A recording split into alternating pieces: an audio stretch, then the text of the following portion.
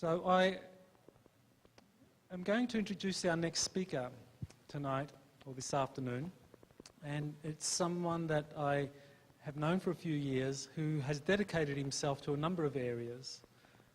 An area that I hold dear and I'm very passionate about and committed to is one concerning extraterrestrial life and contact, which is something that initially was what introduced me to Sterling Allan.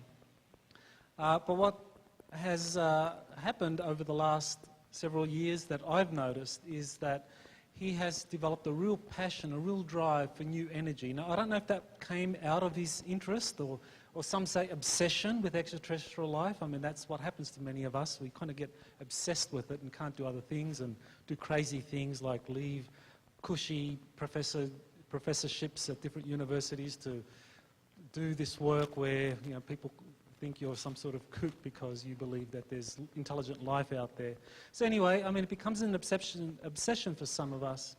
And at some point in that journey, you begin to contemplate, well, if they're coming from a long way out there, other parts of the galaxy, universe, well, how are they getting here? I mean, it must be big tank loads of oil, right?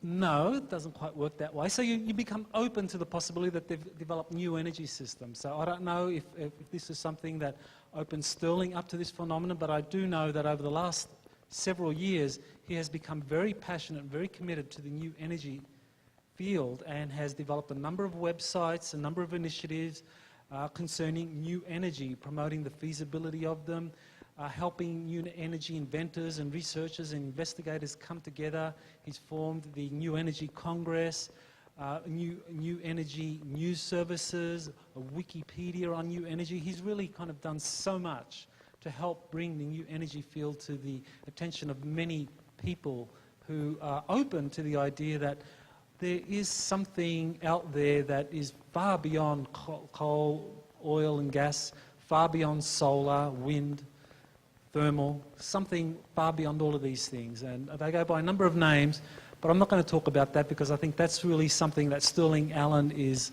most equipped to be able to talk about.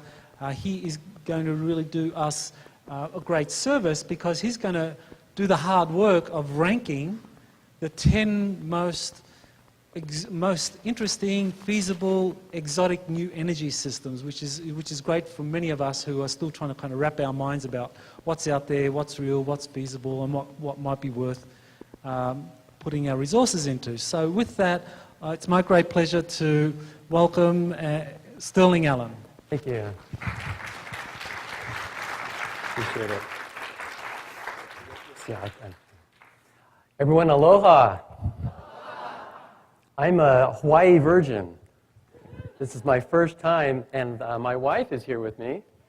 It's the first time that she's been able to come to one of these presentations, so this is twice first time for me. I really appreciate being able to be here at a very interesting audience.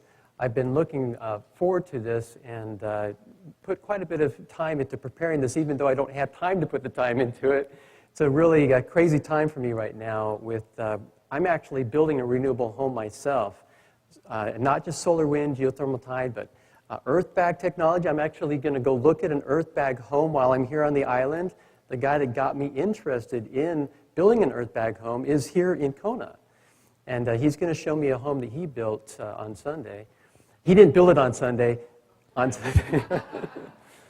And so this is a very interesting time for us. But I hope that in giving this presentation, you'll have an appreciation for just how exciting this field of new energy is. And at a bare minimum, I hope you'll subscribe to our free newsletter. It comes in your email pretty much every day. We do put news on our website every day. Even when I'm at conventions like this, I find time to squeeze something in, something really cool that came in through an email or whatever, or something I prepared beforehand. But in the world of free energy technology, there are some really exciting things happening. Almost every day there's just something that just blow your mind. Now, let's see here if this is going to work for us. Oh, there we go.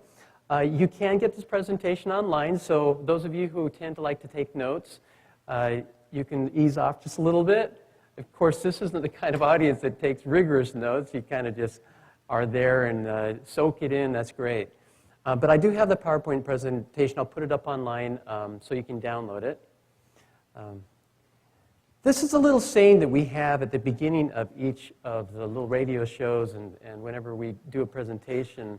And it's actually my mother-in-law's voice that you'll hear that says, imagine a world in which every home has its own power generator that obtains its energy in such a way that no fuel has to be added.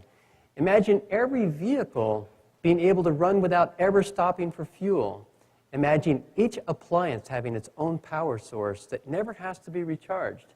That is the world of the future. Join with us as we track our progress towards such a world. Here's a little outline of what we'll be talking about. We'll just define what is free energy, the basis for determining this top 10 exotic free energy listing, some runners-up, or then we'll get to the top 10, and then we'll talk about some runners-up, and that's kind of the buffer. If we have some extra time, we'll fit in as many as we can. Then we'll talk a little bit about open sourcing, which I think is going to be the way to introduce these breakthrough technologies that really have a hard time breaking into the marketplace through the traditional routes because they get blocked up in the, whether it's in the patent process or getting a business team together, or there's so many hoops you have to jump through to go from concept and prototype to the marketplace. And open source, I think, is a way to break the logjam, and so we'll talk about that for a minute. When we live in very difficult times, economically and otherwise, and if we get too upset, we can always compare ourselves to the guys that live in these galaxies, where you've got an incoming planet, incoming star, two galaxies crashing together. Things could be worse than what we have here on planet Earth. So, in talking about an ideal energy supply, what is, if you can conceive just what would be the perfect device, it needs to be affordable, really affordable would be nice, renewable, non-depleting, you're not depleting the Earth's resources, it's something that's constantly rejuvenated, environmentally friendly, you're not destroying anything, leaving a zero footprint, continuous output. You know, solar is nice, but you know, when the sun goes down, there goes the solar, you have to have a battery backup. And sometimes you have extended days of no sun. And in Hawaii, actually, we get more full sun days in Utah than you do here in Hawaii. It's a lot cooler up there. But in fact, I did a little joke in my email to my family, because we're getting really cold temperatures in the mainland right now. And I was just kind of rubbing it in a little bit when we're going to Hawaii. And I went to weather.com, and the weather forecast for 10 days in Kona was 80, 81, 81, 81, 82, 81, 81, 81, 81. It was like, how boring can you get? I'm saying that facetiously, of course. It's really nice. But, you know, compared to the weather we're getting up there, where it's all over the charts. But continuous output, some of these devices that we'll be showing you do have that attribute. In fact, most of them do.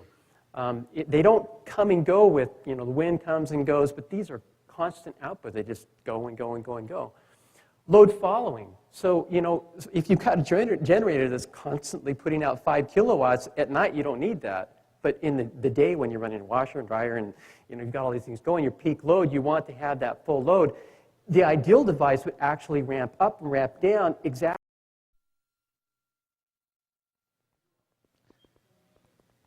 So I am going to introduce our next speaker tonight, or this afternoon, and it's someone that I have known for a few years who has dedicated himself to a number of areas. An area that I hold dear and I'm very passionate about and committed to is one concerning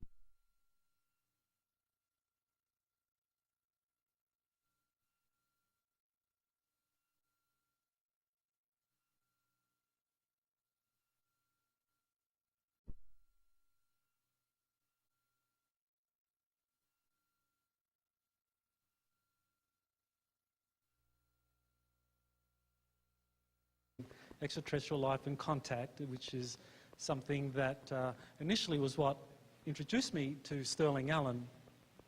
But what has happened over the last several years that I've noticed is that he has developed a real passion, a real drive for new energy. Now, I don't know if that came out of his interest or some say obsession with extraterrestrial life. I mean, that's what happens to many of us. We kind of get obsessed with it and can't do other things and do crazy things like leave cushy professorships at different universities to do this work where, you know, people think you're some sort of kook because you believe that there's intelligent life out there.